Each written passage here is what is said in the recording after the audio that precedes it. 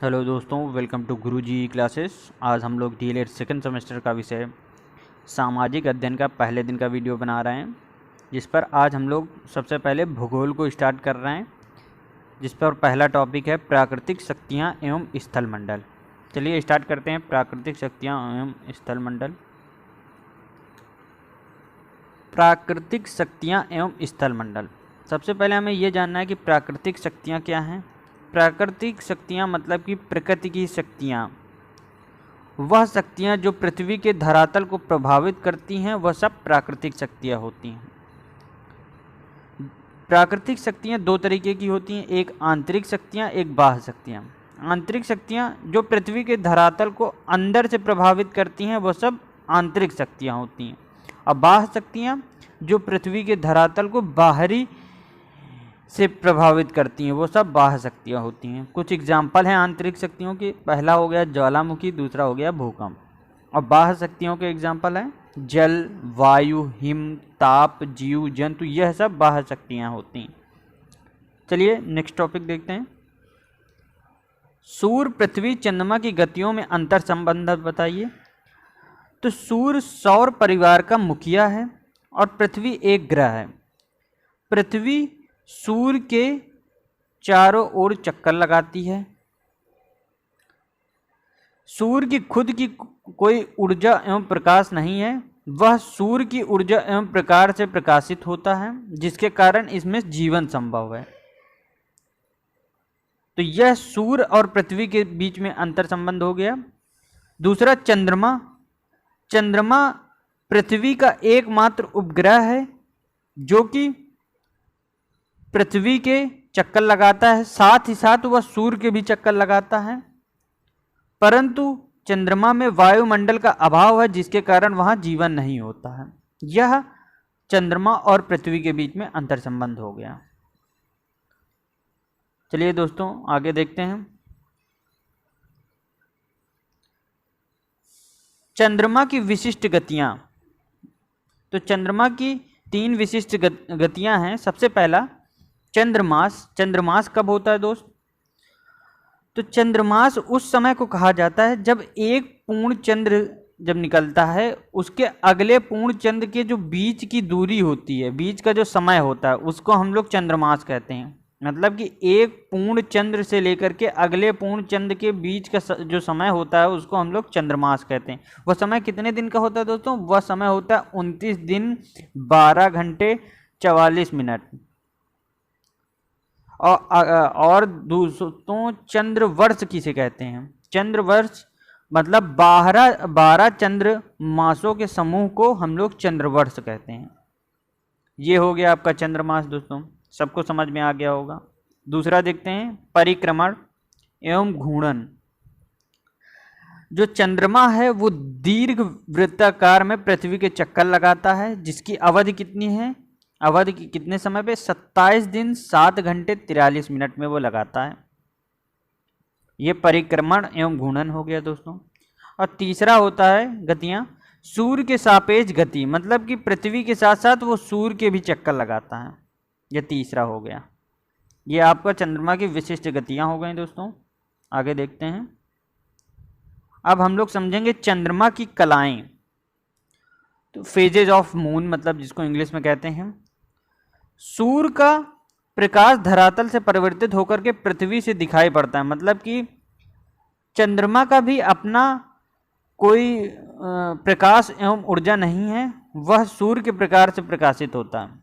तो जब सूर्य का प्रकाश चंद्रमा के धरातल से टकराता है, उससे परिवर्तित होकर के वो पृथ्वी को दिखाई पड़ता है, पृथ्वी से हम लोगों को दिखाई पड़ता है। मतलब कि सूर्य का प्रकाश जाता है और चंद्रमा के धरातल से जब टकरा करके तब हम लोगों को पृथ्वी से वो दिखाई पड़ता है। तो कलाएं कितनी करता है? 5 तरीके की कलाएं होती हैं दोस्तों। सबसे पहला है न्यू मून, जिसको इंग्लिश में कहते हैं, मतलब कि नया चांद। नया चांद किस दिन निकलता है दोस्तों? अमावस के दिन निकलता है, अमावस्या के दिन। तो इस दिन सिर्फ एक वृत्त की रेखा बनी होती है और चांद नहीं निकला होता है दोस्तों।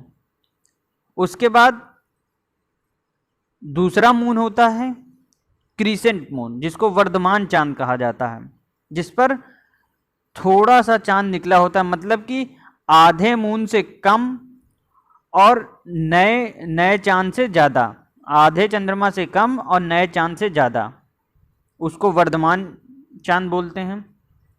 तीसरा आधा चंद्रमा, आधा चंद्रमा मतलब कि आधा दिखता है और आधे की रेखाएं हमको दिखती हैं, ये हो गया आपका हाफ मून।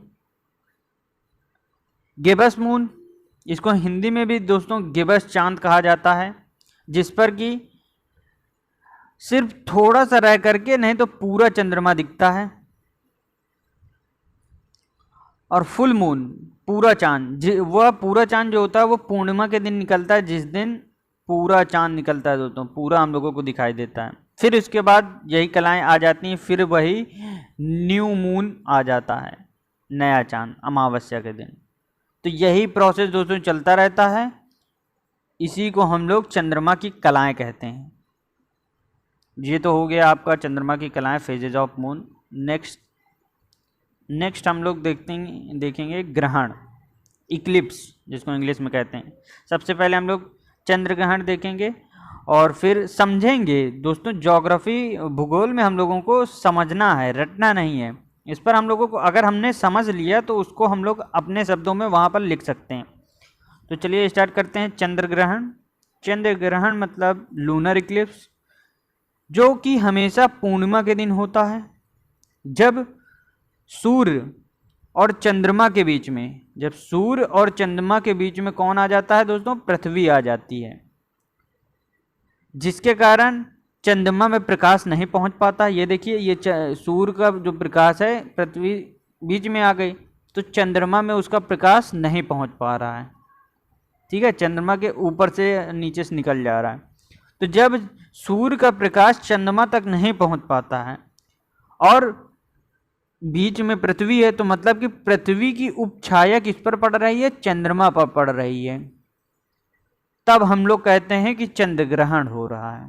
फिर से समझेंगे दोस्तों, जब सूर्य और चंद्रमा के बीच में कौन आ जाता है, पृथ्वी आ जाती है, और जो चंद्रमा में सूर्य का प्रकाश जो होता है वो नहीं पहुंच पाता है। क्यों नहीं पहुंच पाता, क्योंकि बीच में कौन आ जाता है, पृथ्वी आ जाती है, और जो पृथ्वी की उपछाया होती है वह चंद्रमा पर पड़ती है, जिसके कारण चंद्र ग्रहण होता है। चलिए दोस्तों नेक्स्ट देखते हैं सूर्य ग्रहण, जिसको हम लोग इंग्लिश में सोलर इक्लिप्स कहते हैं। सूर्य ग्रहण हमेशा अमावस्या के दिन होता है, जिसपे सूर्य और पृथ्वी के बीच में चंद्रमा आ जाता है। तो इसमें दोस्तों सूर्य की जो किरणें हैं वह पृथ्वी पर नहीं पड़ पाती हैं, और चंद्रमा की जो छाया होती है वह पृथ्वी पर पड़ती है, जिससे हम लोग कहते हैं कि हम लोगों को देखने में लगता है कि सूर्य पर ग्रहण हो रहा है। इसी को हम लोग दोस्तों सूर्य ग्रहण कहते हैं। चलिए दोस्तों नेक्स्ट देखते हैं, ये सूर्य ग्रहण हो गया आपका।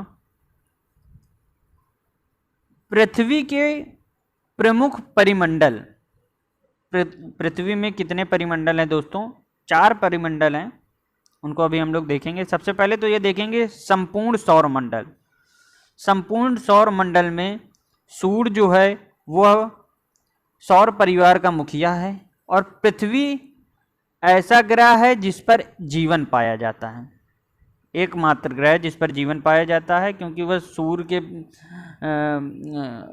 की उष्मा और प्रकाश से प्रकाशित होती है, और सूर्य की वह परिक्रमा करता है पृथ्वी, जो कि सूर्य से उसकी दूरी कितनी है, 15 करोड़ किलोमीटर है लगभग, और पृथ्वी का व्यास कितना है दोस्तों, 13,000 किलोमीटर लगभग उसका व्यास है। सूर्य का पूरा चक्कर पृथ्वी कब लगाती है, सूर्य का पूरा चक्कर 375 1/4 दिन में सूर्य का पूरा चक्कर लगाती है। ये हो गया तो कुछ हम लोगों को इम्पोर्टेंट पॉइंट्स जो कि पृथ्वी से रिलेटेड थे। अब हम लोग देखते हैं पृथ्वी के प्रमुख परिमंडल। तो पृथ्वी के प्रमुख परिमंडल 4 हैं। स्थल मंडल, स्थल मतलब कि जमीन से रिलेटेड जलमंडल, तीसरा वायुमंडल और जीवमंडल या जैवमंडल भी कहते हैं इसको। स्थल मंडल को इंग्लिश में लिथोस्फियर, जलमंडल को हाइड्रोस्फियर और वायुमंडल को एटमॉस्फियर और जीवमंडल जैवमंडल मतलब कि बायोस्फियर। अब हम लोग ये देखेंगे, देखिए दोस्तों, सबसे पहला तो हम लोगों को यह स्थल मंडल हो गया, ये दूसरा हम लोगों को वायुमंडल हो गया और ये तीसरा हम लोगों को जलमंडल हो गया।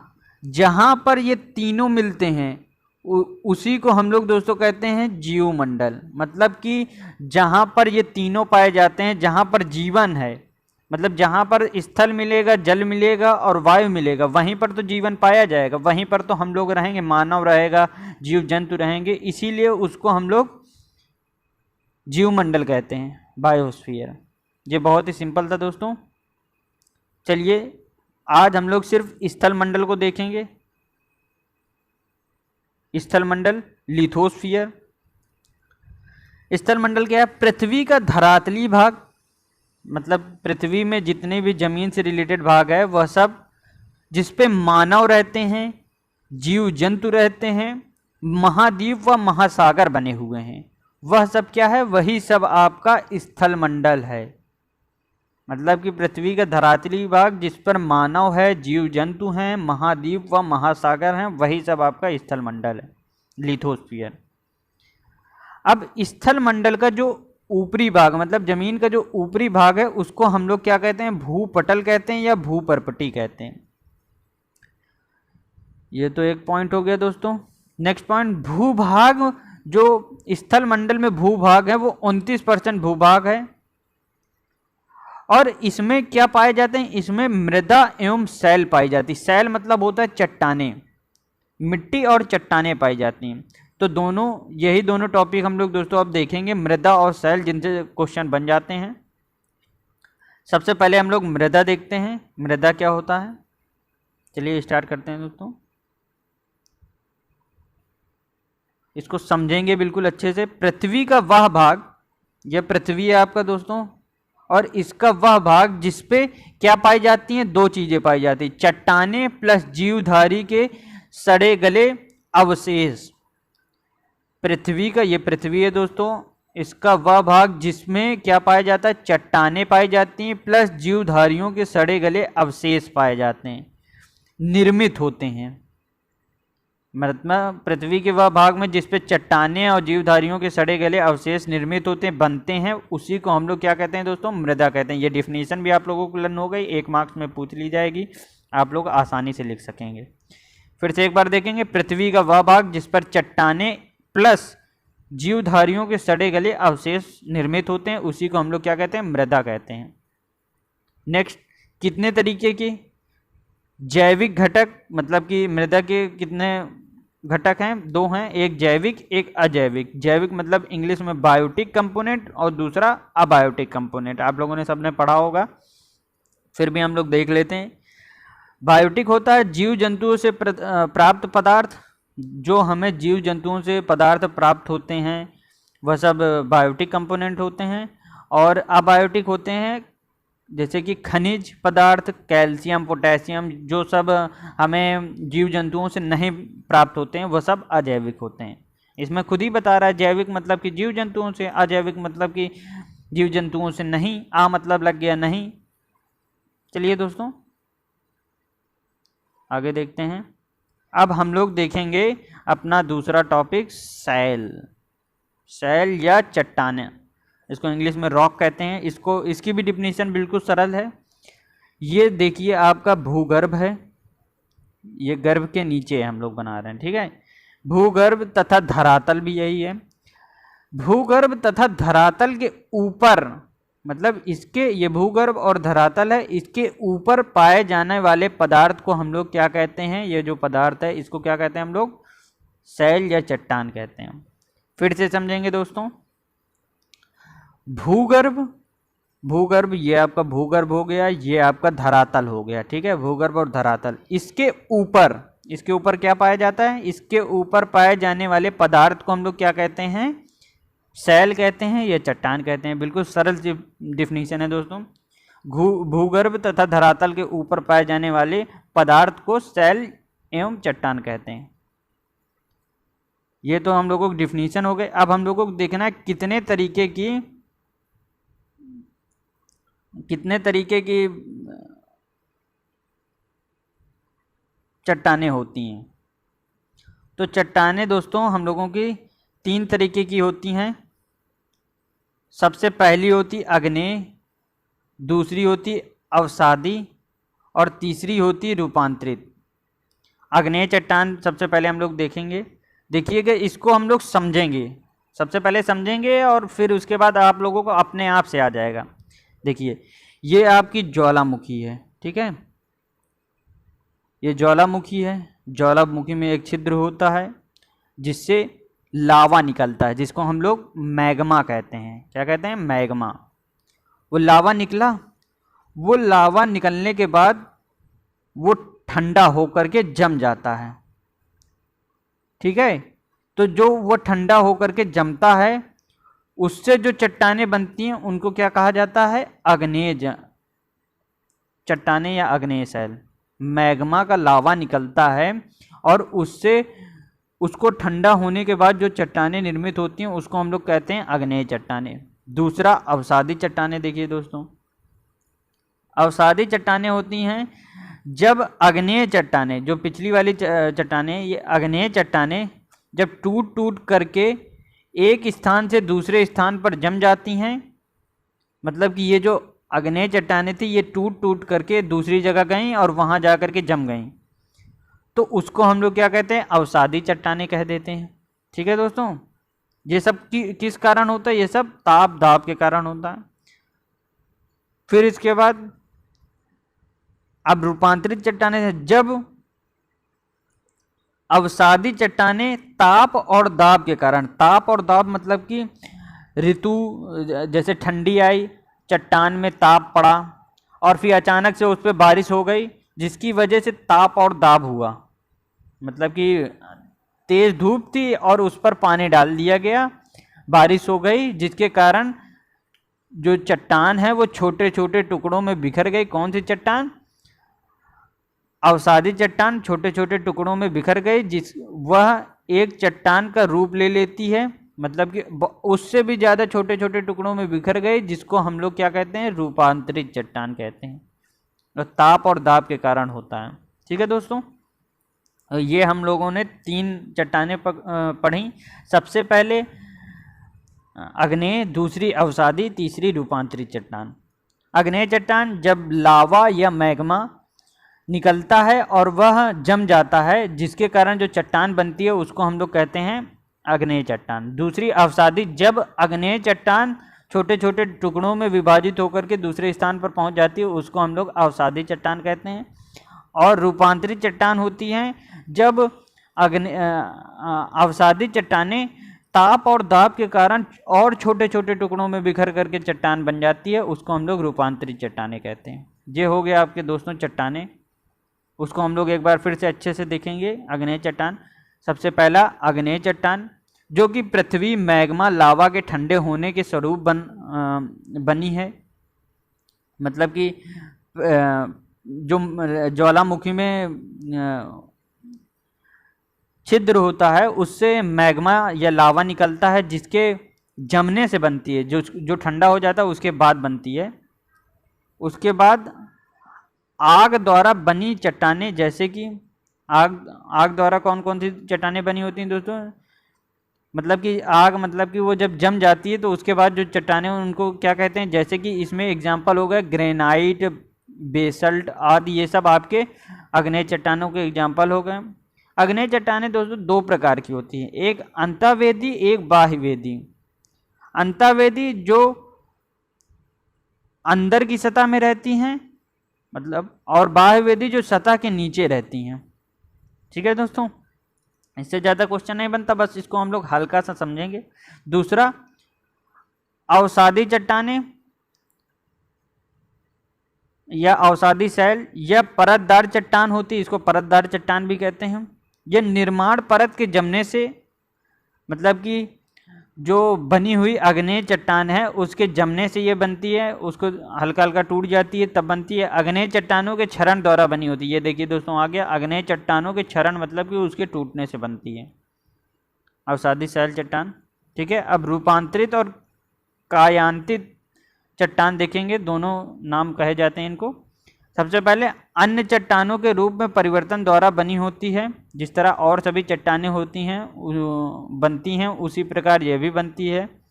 जैसे कि इसके एग्जाम्पल हो गया स्लेट हो गया, संगमरमर हो गया, शिस्ट हो गया, ये आदि, यह सब आपके रूपांतरित या कायांतरित चट्टानें होती हैं।